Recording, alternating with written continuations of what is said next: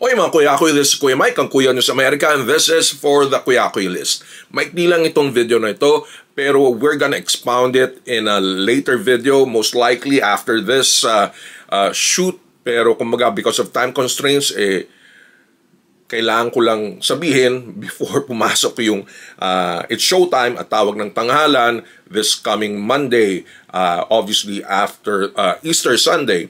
So, because of the sudden death ni Nora Aunor, I would like to find out if It's Showtime and Tawag ng Tanghalan would provide a tribute kay Miss Nora Aunor. Alam niyo naman, produkto, number one na produkto ng Tawag ng Tanghalan, itong si Miss Nora Aunor, grand champion, hindi ba?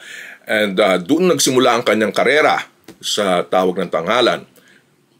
At the same time, itong bagong Tawag ng Tanghalan, no, na nakaraan lang, 2016 nagsimula, obviously sa It's Showtime, ilang beses na hinahanap na gawing judge or at least man lang makapag-guest perform, I guess.